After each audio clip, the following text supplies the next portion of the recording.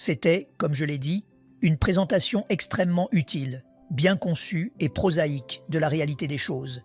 Très utile, une vue d'ensemble, une sorte de vue d'oiseau. On m'a chargé d'adopter la vue du ver de terre, de descendre et de ramper un peu dans la boue, et, en quelque sorte, d'épingler une personne en particulier.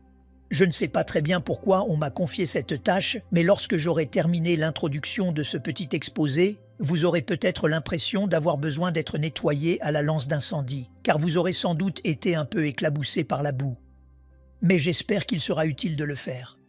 J'approuve certainement tout ce que Michael Horton a dit.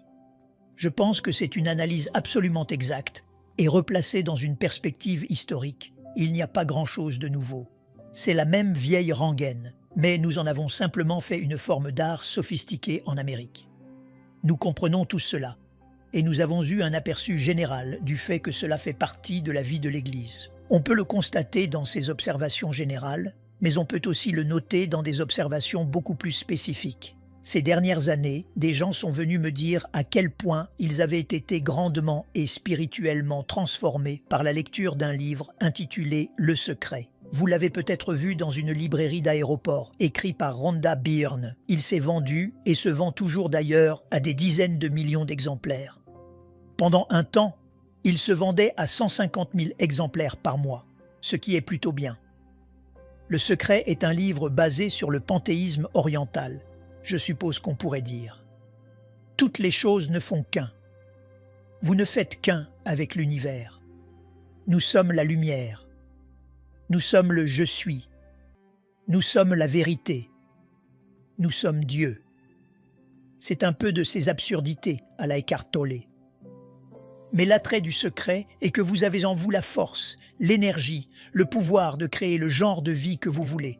Vous pouvez trouver ce livre dans les librairies chrétiennes, mais si votre librairie chrétienne ne l'a pas en stock, elle se fera probablement un plaisir de le commander pour vous. Mais elle pourrait avoir un autre livre qui ferait tout aussi bien l'affaire. Il s'appelle « La cabane ». J'ai vu des chrétiens, qui le sont depuis longtemps, s'asseoir avec moi, l'un d'eux récemment lors d'un dîner, et me dire « Avez-vous lu La cabane ?» J'ai trouvé que c'était un excellent livre chrétien. Et mon repas a été complètement gâché à ce moment-là, car c'est une personne qui est croyante depuis environ 40 ans. Un autre best-seller à plusieurs millions d'exemplaires, écrit par William Young, et il existe quelques autres produits dérivés écrits par quelques autres auteurs sur le sujet de la recherche de Dieu dans la cabane. Le message, encore une fois, est le suivant. Vous avez tellement de pouvoir en vous que vous pouvez littéralement créer la réalité en la proclamant. Le pouvoir créatif interne qui réside en vous peut être libéré par les mots, et ces mots ont une énergie surnaturelle qui crée littéralement le monde tel que vous le voulez, qui vous donne littéralement les circonstances, les situations, les relations, les réussites, les accomplissements, les épanouissements et les satisfactions que vous désirez. Il y a quelques problèmes évidents avec la cabane. Dieu n'est pas une femme afro-américaine obèse. Ce serait un problème à considérer dans le livre. Mais il y a d'autres problèmes dans ce livre que je trouve affligeants. L'un d'eux est que le cœur du livre s'appelle « La loi de l'attraction », la loi de l'attraction. C'est-à-dire que vos pensées et vos paroles contrôlent l'univers en attirant à vous les choses que vous proclamez. Le principe opérationnel qui fait que l'univers dans lequel vous vivez et comme vous le voulez fonctionne selon les lois de l'attraction. Vous proclamez une certaine chose et en la proclamant, vous avez le pouvoir pur de l'attirer et de la rendre littéralement réelle. Voici comment faire au cas où vous vous poseriez la question. 1. Sachez ce que vous voulez. Je veux dire, il faut commencer par là. Vous ne pouvez rien attirer tant que vous ne savez pas ce que vous voulez attirer. Numéro 2. Croyez que vous l'obtiendrez. Et c'est vraiment le point important, car si vous n'arrivez pas tout à fait à croire que vous allez l'obtenir, vous ne l'obtiendrez pas. La foi est donc le véritable pouvoir. La foi en vous-même, en croyant que vous pouvez créer votre propre réalité. Sachez ce que vous voulez. Croyez que vous l'obtiendrez. Visualisez l'expérience même de l'accomplissement comme si vous l'aviez. Et puis parlez à voix haute, et vous aurez alors libéré suffisamment de pouvoir pour attirer cette réalité à vous. Voici une citation du secret. Ça marche à chaque fois et avec chaque personne, et en chaque personne. Passez simplement votre commande, et elle est à vous.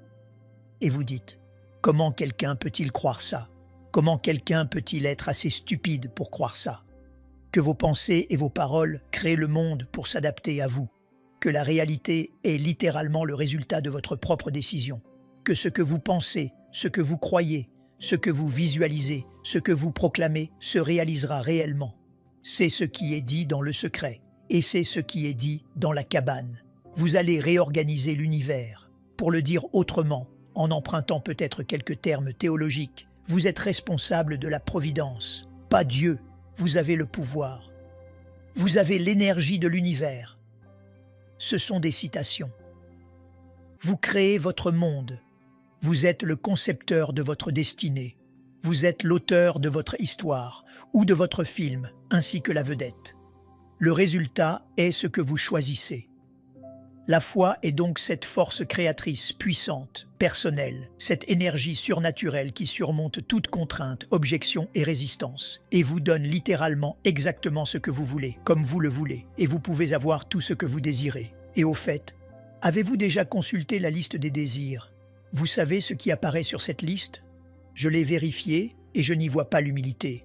Je n'y vois pas le brisement, la repentance, la vertu, la sainteté, l'adoration, le sacrifice, l'altruisme, l'amour, le ciel. Non, pas vraiment. La santé, la richesse, le succès, toutes ces choses temporelles, matérielles et périssables. Maintenant, si tout cela vous semble familier et que vous n'avez jamais lu Le Secret ou La Cabane, alors c'est que vous avez regardé TBN. Oui, c'est bien ça, car c'est là que vous vous êtes familiarisé avec ce genre de choses. Oui. Vous avez malheureusement été exposé à cette sorte de fange dans une vaste escroquerie religieuse de type Ponzi qui rend les gens au sommet de la pyramide scandaleusement riches. Cela se présente sous des formes comme celle-ci. Le mouvement de la parole de foi, l'évangile de la prospérité, le mouvement Nommez-le et appropriez-le-vous. Et des noms comme In, Hickey, Price, Meyer, Copeland, Hagee, Tilton, Kuntz, Roberts, Hagin, Crouch et bien d'autres lumières de moindre éclat, si tant est qu'on puisse être une lumière de moindre éclat. Ils prétendent tous que chaque soi-disant chrétien a le pouvoir personnel de recréer la réalité de sa vie pour qu'elle soit exactement comme il la veut. La seule chose qu'ils ajoutent, c'est qu'ils y mêlent le nom de Jésus. Et Jésus attend simplement d'être activé par vous, lorsque vous savez ce que vous voulez, que vous croyez que vous l'obtiendrez, que vous le visualisez et que vous le proclamez. C'est un système de Ponzi très réussi. Ces gens sont vraiment doués dans ce qu'ils font et ils profitent surtout des personnes désespérées, seules, isolées et ignorantes. Et je pense toujours au Seigneur Jésus au temple, durant la dernière semaine de sa vie, quand il s'est assis là, est-il dit, et il a regardé une veuve passer et déposer 2 petites pièces dans un tronc du temple. En forme de trompette, il y en avait 13 dans la cour. Et une femme s'est approchée et a mis ces 2 petites pièces dans le tronc du temple, et c'était tout ce qu'elle possédait.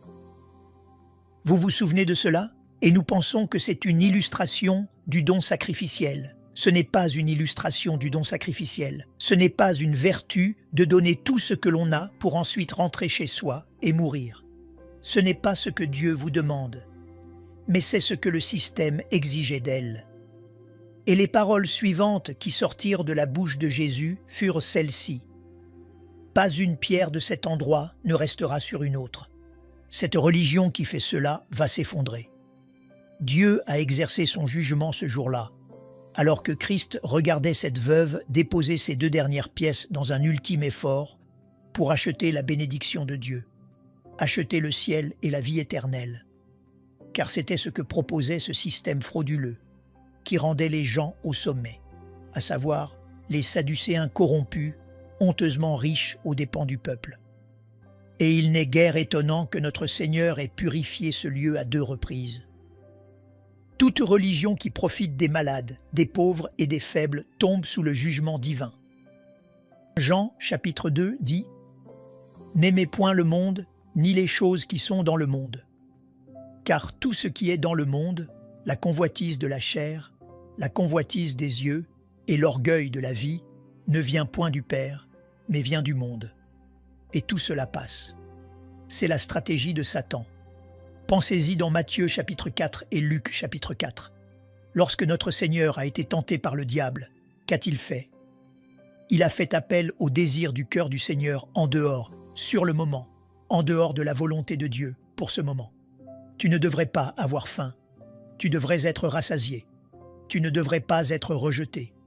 Tu devrais être accepté. Tu ne devrais pas être insignifiant. Tu devrais gouverner les royaumes du monde. Je te donnerai tout ce que tu veux.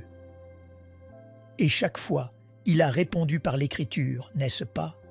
Ce n'est pas la première fois, ni la dernière, ni une situation isolée où quelqu'un se fait passer pour un ministre de Jésus-Christ alors qu'il est en fait un ministre de Satan. Car nous savons, d'après la lettre de Paul aux Corinthiens, que le diable lui-même se déguise en ange de lumière et que ses agents se déguisent de la même manière, n'est-ce pas? Pourquoi ces gens ont-ils tant de succès? Parce que Satan est derrière l'entreprise et il fait appel à ce qui est le désir naturel du cœur non régénéré. Tout ce que le pécheur non converti veut, c'est ce que ces gens offrent au nom de Jésus-Christ. C'est un faux christianisme venu de l'enfer. Toutes les tentations de Satan sont dirigées vers la corruption déchue, l'égoïsme, l'orgueil, la complaisance.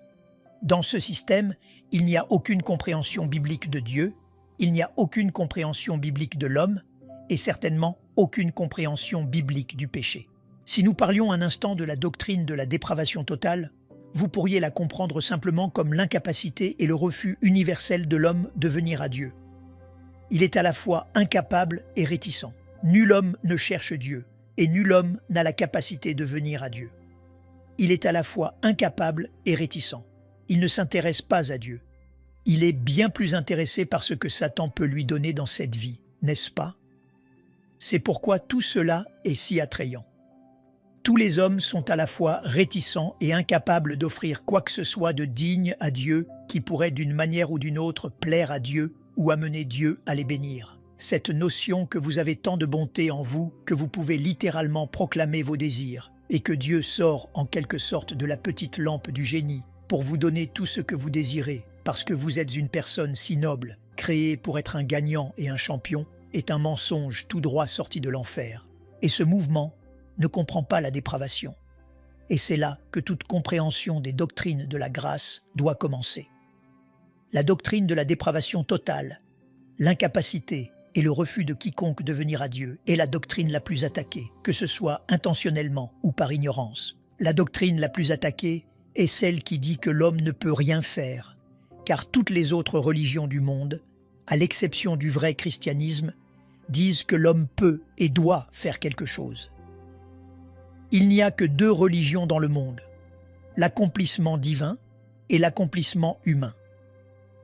L'accomplissement divin est le vrai christianisme biblique. Toute autre religion est une forme d'accomplissement humain. La doctrine la plus attaquée, et nous avons entendu qu'elle a été et continue d'être attaquée par les gens qui sont dans la descendance de Phinées et d'autres. L'idée que l'homme est mort, aveugle, impuissant, sans espoir, qu'il est un éternel perdant, est quelque chose que les hommes ne veulent pas reconnaître. C'est cependant la doctrine la plus distinctement chrétienne, car s'il est vrai que seul l'Évangile est la vérité, ceci est fondamental pour l'Évangile. C'est le seul domaine où vous trouverez une vision véritablement distinctive de l'homme comme étant totalement dépravé. C'est aussi la doctrine chrétienne la plus contraire, car elle va à l'encontre de la caractéristique humaine interne dominante, à savoir l'auto-justification, l'autodéfense et l'orgueil. Les hommes ne veulent pas reconnaître qu'ils sont mauvais jusqu'à la moelle, qu'ils sont corrompus jusqu'au fond, qu'ils sont incurablement hostiles à Dieu et au bien, qu'ils sont fatalement égocentriques, qu'ils sont trompés par eux-mêmes. Ils sont superficiellement prêts à reconnaître leurs péchés. Ils sont pécheurs dans leurs péchés. Ils l'admettront. Mais ils ne se verront pas comme pécheurs dans leur bonté, et ils ne se verront pas comme pécheurs dans leur religion. Leurs pensées sur Dieu, ils ne les croient pas pécheresses, mais nobles.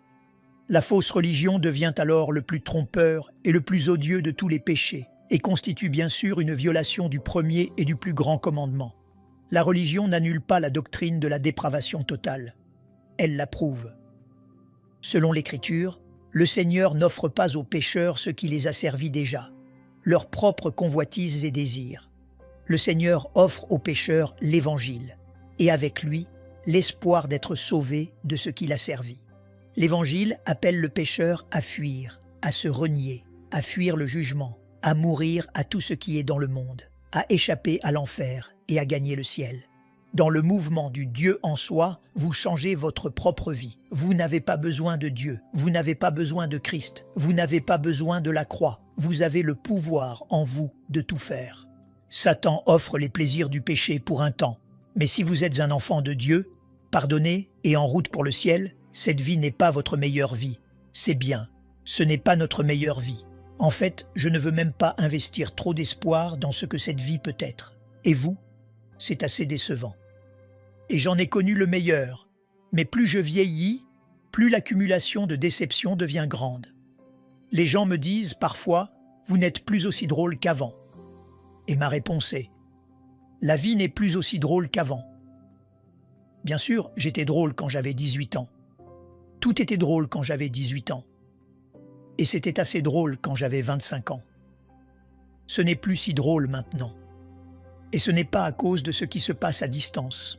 C'est à cause de ce que j'ai vécu dans ma vie. Ce n'est pas ma meilleure vie maintenant. Ma meilleure vie est à venir. Et je veux vous emmener à un texte de l'Écriture. Je le veux vraiment. Et je vais le faire tout de suite. 1 Pierre chapitre 1.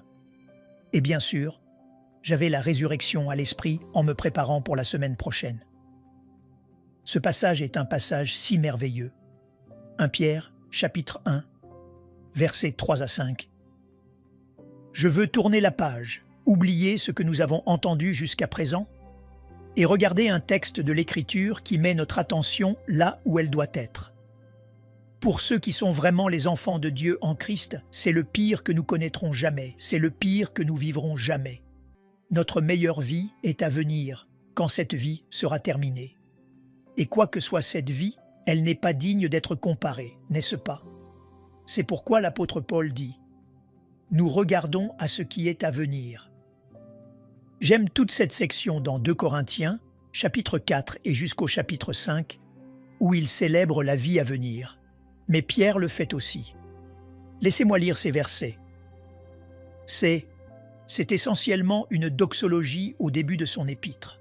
« Béni soit Dieu, le Père de notre Seigneur Jésus-Christ, qui, selon sa grande miséricorde, nous a régénérés pour une espérance vivante, par la résurrection de Jésus-Christ d'entre les morts, pour un héritage qui ne se peut ni corrompre, ni souiller, ni flétrir, lequel vous est réservé dans les cieux, à vous qui, par la puissance de Dieu, êtes gardés par la foi pour le salut prêt à être révélé dans les derniers temps.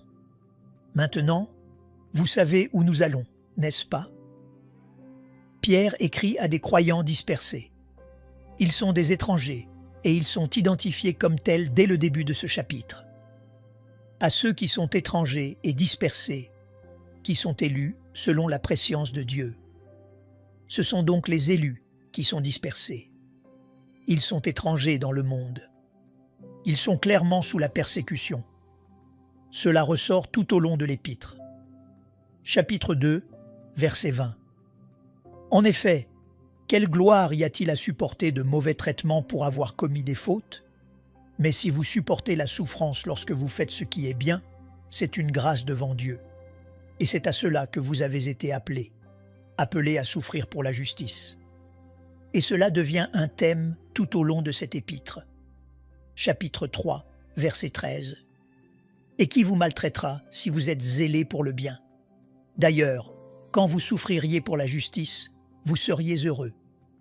Et il répète la même chose au chapitre 4. Puis il culmine son regard sur cela en 5, verset 10. « Après que vous aurez souffert un peu de temps, le Seigneur vous rendra parfait. » Il écrit donc à des élus harcelés, haïs, maltraités, intimidés, troublés, qui sont hors de leur environnement normal, vivant dans de très graves difficultés et dont la vie est en jeu.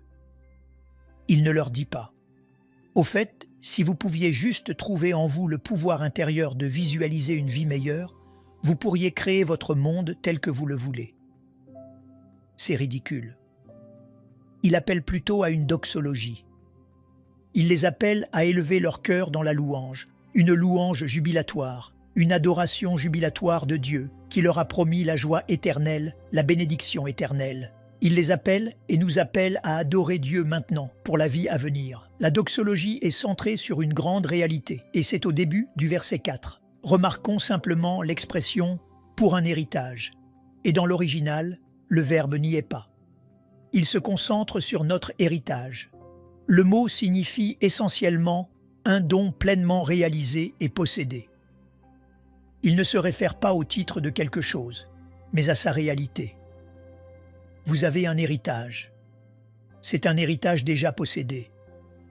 Il appelle ses croyants troublés, vivant leur pire vie maintenant, à souffrir patiemment, à souffrir jusqu'à la maturité ou la perfection, à attendre avec des cœurs pleins de louanges exubérantes l'héritage éternel que le Seigneur leur a promis, l'héritage que Christ a acheté pour eux. Et c'est un appel à une joie exubérante, des chants de joie dans la nuit du désespoir. Dans notre pire vie, nous sommes les enfants de Dieu, héritiers de Dieu, co-héritiers de Christ, et nous vivons dans l'espérance d'un héritage inimaginable et éternel.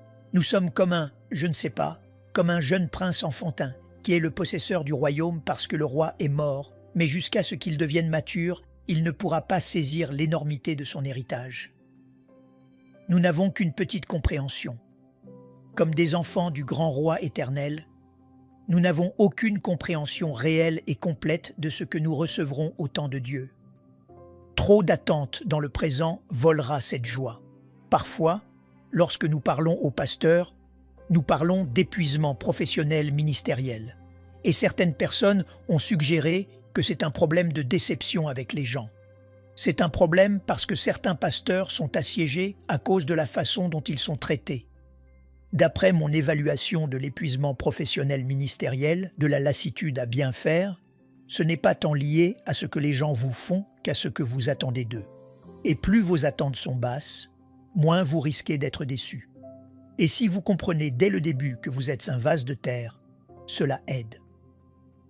2 Corinthiens chapitre 4. Nous portons ce trésor dans des vases de terre. Et au cas où vous vous poseriez la question, pour comparer cela à ce que Paul a écrit à Timothée. Il a dit « Dans une grande maison, il n'y a pas seulement des vases d'or et d'argent de grande valeur, mais il y en a aussi de bois et de terre. Et ceux d'or et d'argent sont des vases d'honneur. C'est avec eux que vous servez la nourriture. Et ceux de bois et de terre sont pour un usage vil. Ce n'est pas seulement que leur usage est limité. Ils sont utilisés à des fins déshonorantes. Les bons ustensiles servent la nourriture, les mauvais emportent les résultats. Vous comprenez? C'est un monde d'avant la plomberie. Je veux vous aider avec ça. Et quand l'apôtre Paul essaie de s'identifier, il ne dit pas « Je suis une assiette en or ou en argent ». Il dit « Je suis un seau à ordures ». Maintenant, avec ce genre d'attente, il est très peu probable que vous soyez sévèrement déçus si les choses ne se passent pas bien. D'ailleurs, c'est ce qu'on a dit de Luther. Il était un pot de chambre, et il aurait probablement été d'accord. Il ne faut tout simplement pas trop investir d'attente dans cette vie.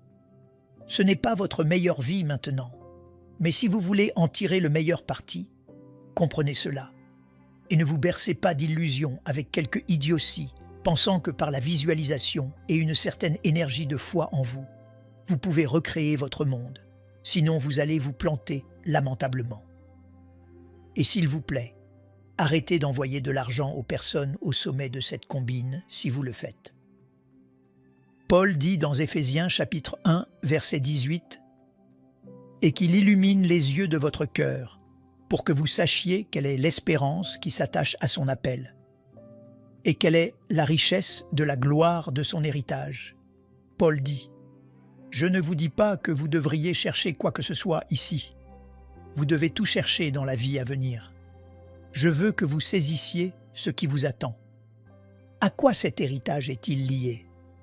C'est un héritage, si vous sautez au verset 5, qui est décrit comme un salut prêt à être révélé dans les derniers temps.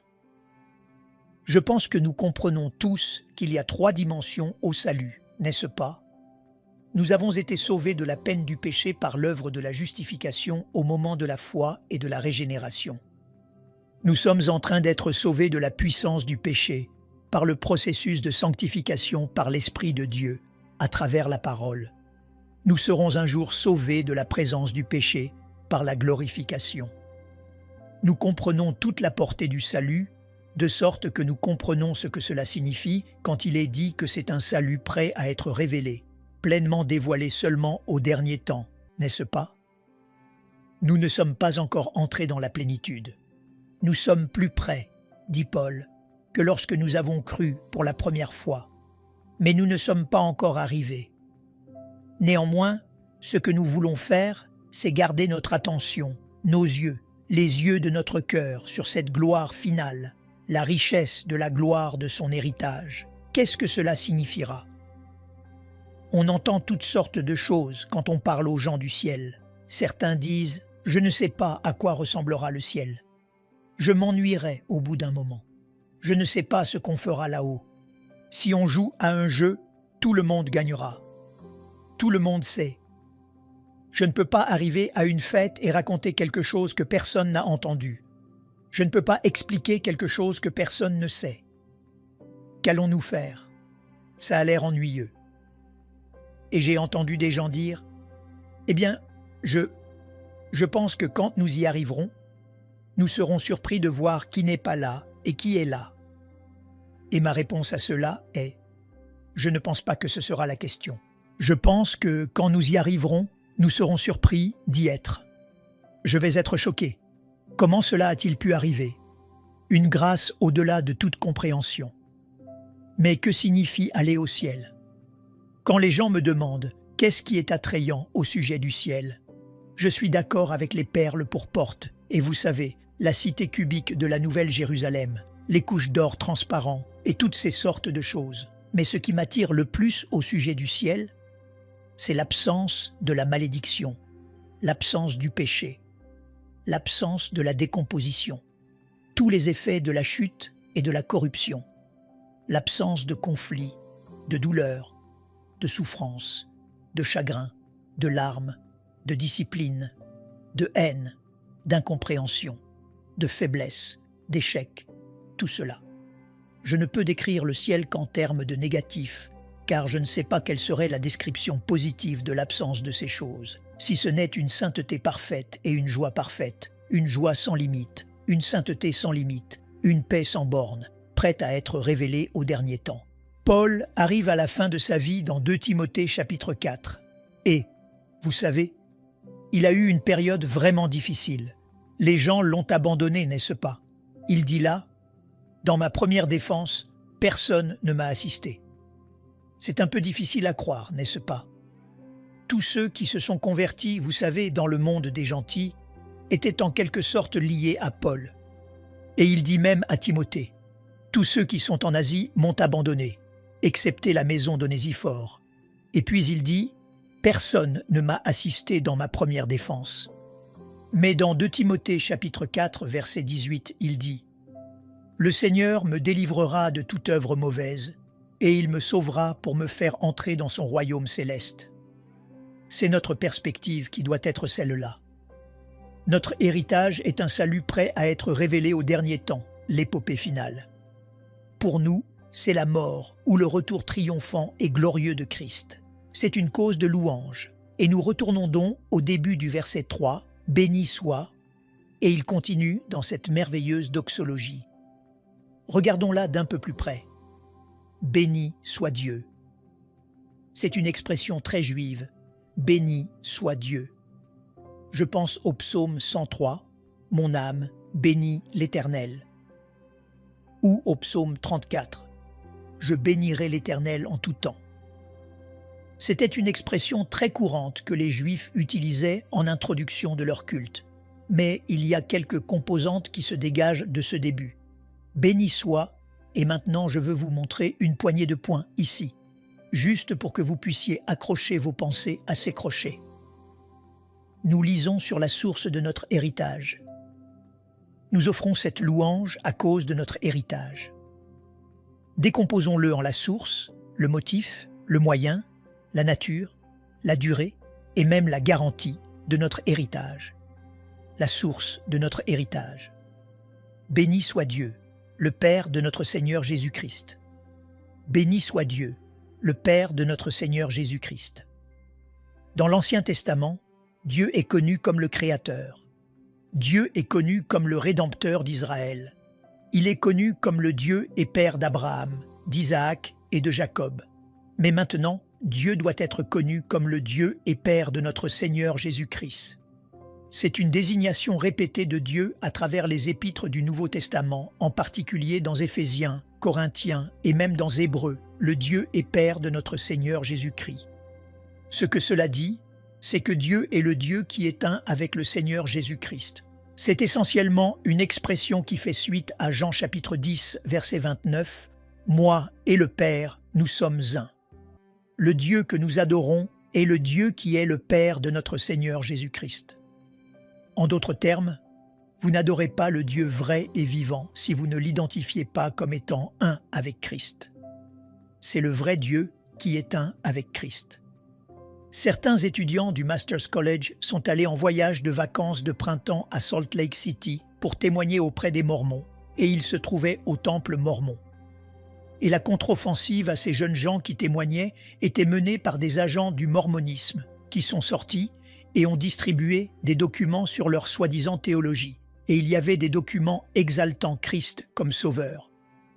De manière effrayante, nos étudiants ont jeté un œil à ces documents il y a quelques semaines, et ils contenaient des citations de John MacArthur en première page. Maintenant, ce que vous devez savoir, c'est qu'ils ne savaient pas que c'étaient des étudiants de notre collège. C'est le matériel standard qu'ils distribuent devant le temple mormon de Salt Lake City. J'ai rencontré les dirigeants dans cette église, l'écrivain principal, Robert Millet, qui rédige leur théologie. Et il n'y a pas beaucoup d'opinions dans leur théologie, car vous avez ces 9 types qui décident de tout ce qui est vrai, mais c'est lui qui écrit tout. Et nous nous sommes assis pendant des heures, et la conclusion à laquelle nous sommes arrivés est la suivante. Vous avez un Dieu différent, vous avez un Christ différent, vous avez un évangile différent, mais à part ça, le Dieu de la Bible est un être créé. Le Christ de la Bible est un être créé. L'Esprit de la Bible est un être créé. Et Jésus n'est pas le même que le Dieu ultime. C'est un être créé. Eh bien, la source de notre héritage, soit dit en passant, est le Dieu et Père de notre Seigneur Jésus-Christ. Béni soit ce Dieu qui a pourvu à cet héritage. Cela parle encore de la source. Ce n'est pas le résultat de notre désir. Nous ne l'avons pas activé. Nous ne l'avons pas généré. Nous ne l'avons pas fait se produire. Il vient de Dieu. Nous comprenons cela comme un salut souverain. Pourquoi l'a-t-il fait? Quel est le motif? Qui, selon sa grande miséricorde? Éléos. Selon sa grande miséricorde, c'est un mot si merveilleux. Ce mot se réfère à quelqu'un qui est si pitoyable et si impuissant, dans une condition si horrible qu'il n'a aucun espoir. Matthieu chapitre 17, verset 15. « Seigneur, aie pitié de mon fils, a dit l'homme. » L'aveugle Bartimée, « Jésus, fils de David, aie pitié de moi. » Que pouvait faire un père pour un fils lunatique qui ne cessait de se jeter dans le feu? Que pouvait faire Bartimée pour sa cécité? Que peut faire le pécheur pour son péché? L'autre, dans Luc chapitre 18, se frappe la poitrine, le publicain disant « Ô Dieu, sois apaisé envers moi, qui suis un pécheur. » Et c'est celui-là qui est rentré chez lui justifié. Et bien sûr, Michée chapitre 7, verset 18 dit que Dieu prend plaisir à la miséricorde. Sa miséricorde, dit le psaume 108, est grande au-dessus des cieux. Il est appelé le Père des miséricordes. Et ses compassions, dit Jérémie, se renouvellent chaque matin. Dans ce grand 2e chapitre d'Éphésiens, étant riche en miséricorde, à cause du grand amour dont il nous a aimés, il nous a rendus à la vie avec Christ en Christ. La source de notre héritage éternel est donc Dieu lui-même. Le motif est la miséricorde. Et la seule réponse que nous pouvons avoir à la miséricorde est de lui rendre gloire, n'est-ce pas? De le louer. Nous ne contribuons en rien à l'extension de la miséricorde. Quel est le moyen de cet héritage? Le moyen est également donné ici. Il nous a fait naître de nouveau à une espérance vivante, littéralement en grec, anagenesas, nous ayant régénérés. Encore une fois, c'est une œuvre divine. Nous avons été régénérés par la puissance de Dieu. Dieu régénère l'âme morte. Retour à Éphésiens. Vous étiez morts par vos offenses et par vos péchés. J'aime la rencontre entre Jésus et Nicodème, parce que Nicodème dit « Que dois-je faire pour naître de nouveau ?» Il comprend qu'il s'agit d'une discussion analogique avec des réalités spirituelles en vue. Il n'est pas stupide. Il sait qu'il parle au docteur d'Israël. Et quand Jésus lui dit « Tu dois naître de nouveau », il sait qu'il ne parle pas de retourner en arrière et de renaître. Mais il répond par des analogies. Comment puis-je faire cela? Comment puis-je naître de nouveau? C'est une question si fondamentale. Comment puis-je faire cela? Et Jésus dit ceci: ce qui est né de la chair est chair, et ce qui est né de l'esprit est esprit. Ne t'étonne pas que je t'ai dit, il faut que vous naissiez de nouveau. Mais quant à la manière de le faire, le vent souffle où il veut, et tu en entends le bruit, mais tu ne sais d'où il vient ni où il va. Il en est ainsi de tout homme qui est né de l'esprit. Quoi? Quelle est sa réponse? Sa réponse est que vous ne pouvez rien faire, pas plus que vous ne pouvez contrôler le vent. Vous ne pouvez pas contrôler le Saint-Esprit. Mais vous avez été, si vous êtes né de nouveau, régénéré par la puissance de Dieu, la volonté de Dieu et le dessein de Dieu. Mais comment cela se produit-il? N'y a-t-il pas un contexte dans lequel cela se produit? Oui, 1 Pierre chapitre 1, versets 20 à 23. Vous êtes engendrés de nouveau par la parole de vérité, l'écoute de l'Évangile, comme nous l'avons entendu de Mike plus tôt. La foi vient de ce qu'on entend de la parole de Christ, l'écoute de l'Évangile. Et à ce moment-là, la merveilleuse puissance régénératrice de l'Esprit de Dieu, parce qu'il veut le faire, nous donne la vie. Et c'est le moyen qui produit en nous l'espérance vivante, c'est-à-dire une espérance qui ne meurt jamais. Nous ne sommes pas comme tous les hommes les plus misérables parce que nous avons une espérance qui meurt. Regardez, toute l'espérance que vous avez dans ce monde mourra. Tous les gens qui suivent Joel Osteen, soit ils n'obtiennent jamais ce qu'ils souhaitent, ce qui est le cas 99% du temps, et s'il se trouve qu'ils sont assez hauts dans la pyramide pour obtenir ce qu'ils souhaitent, cela finit par disparaître. Si tout est dans ce monde, si toute votre espérance est ici, elle mourra. Si elle n'est pas morte, elle mourra. Mais nous avons une espérance qui ne mourra pas. Une espérance vivante qui nous est donnée parce que nous avons reçu la vie régénérée. Nous avons maintenant la vie éternelle. Et pour nous, mourir n'est qu'un gain pour entrer dans la plénitude de cette vie. La source est Dieu. Le motif est la miséricorde. Le moyen est la régénération. Et puis juste un mot sur la nature de notre héritage, sa nature. Regardez le verset 4. Il est incorruptible, sans souillure, et ne se flétrira pas. Si j'avais le temps, je pourrais passer en revue ces mots. Il suffit de dire qu'incorruptible signifie exactement ce que cela dit. Sans souillure signifie exactement ce que cela dit. Non pollué, sans tache, ne se flétrira pas. C'est-à-dire qu'il n'est pas sujet à la décomposition. Ce mot serait utilisé pour décrire des fleurs qui se fanent et se décomposent. Cet héritage que nous attendons ne meurt jamais. Nous avons une espérance vivante dans un héritage vivant. Il ne diminue jamais, ne perd jamais sa gloire surnaturelle. Pour combien de temps? Sa durée, la cinquième pensée. Eh bien, sa durée est éternelle. Il vous est réservé dans les cieux. Il vous est réservé dans les cieux, en sécurité dans le lieu éternel. Le ciel ne sera jamais envahi. Son trésor ne sera jamais pillé, dévasté, défiguré ou volé. Jésus l'a dit de cette façon, « Si vous amassez votre trésor dans le ciel, il ne sera jamais quoi? Rouillé.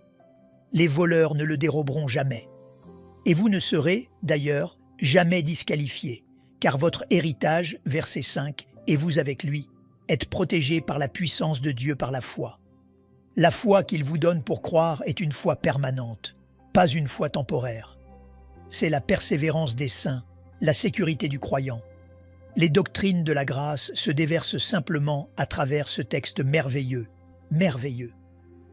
Eh bien, Nous avons tout cela, cet héritage glorieux avec toutes ses composantes exposées pour nous dans cette doxologie. Quelle est la garantie? La garantie à la fin du verset 3, par la résurrection de Jésus-Christ d'entre les morts.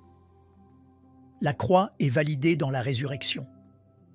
L'événement historique stupéfiant ouvre le ciel à tous les élus, fixe leur héritage et leur joie éternelle. Ceci nous est pourvu par la croix et validé dans la résurrection. L'Écriture dit à plusieurs reprises « Dieu a ressuscité Jésus d'entre les morts, et en le ressuscitant, il a assuré l'héritage de tous ceux qui sont morts en lui et ressuscités en lui. » Le mensonge est que ceci est votre meilleure vie maintenant. Ce n'est pas ça. Nous venons de voir ce que c'est, et c'est la vie à venir. Et plus je vis et plus je vieillis, plus cela devient doux pour moi. Ma foi se renforce au fil des ans, car comme il le dit un peu plus loin dans cette même section, chaque fois que la foi est éprouvée et survit, vous savez que vous avez une foi surnaturelle. C'est ce que fait l'épreuve de votre foi. Quelqu'un m'a dit aujourd'hui, « Tu sais, un tel a du mal avec l'assurance de son salut. » Et j'ai dit, « Eh bien, c'est probablement parce que cette personne n'a pas eu assez d'épreuves. » Pourquoi? Réjouissez-vous, dit le verset 6. Quoique maintenant, puisqu'il le faut, vous soyez attristés pour un peu de temps par diverses épreuves, afin que l'épreuve de votre foi, plus précieuse que l'or périssable, qui cependant est éprouvé par le feu, ait pour résultat la louange, la gloire et l'honneur, lorsque Jésus-Christ apparaîtra. Vous savez ce que vous voulez de cette vie? Vous voulez des épreuves et de la souffrance, car lorsque vous en sortez et que vous savez que votre foi est intacte, le don que Dieu vous fait est l'assurance que votre foi est la vraie. Père, nous te remercions pour le temps que nous avons pu passer ensemble dans ce passage et pour avoir simplement effleuré la surface de ce sujet. Nous n'hésitons pas à nommer des noms et à parler de ceux qui sont un danger pour la cause de Christ et pour la réception du royaume en ce temps et en ce lieu. Nous savons que l'Écriture met en garde contre les faux docteurs et les nomme également « et Seigneur ». Nous te demandons simplement d'exalter ceux qui sont fidèles. Exalte la vérité, Seigneur, et abat l'erreur. Rends les choses claires. Nous te remercions pour le don que tu nous as fait en nous donnant le Saint-Esprit. Et avec le Saint-Esprit vient le discernement. Nous avons été délivrés de l'erreur pour la vérité, comme Paul l'a dit dans Romains. Merci pour ces jours de communion et d'apprentissage, et ces jours d'adoration et de louange enrichis et approfondis. Car cela découle d'une connaissance plus profonde de la vérité. Nous voulons t'adorer en esprit et en vérité. Remplis-nous donc de la vérité, afin que notre adoration soit éclairée.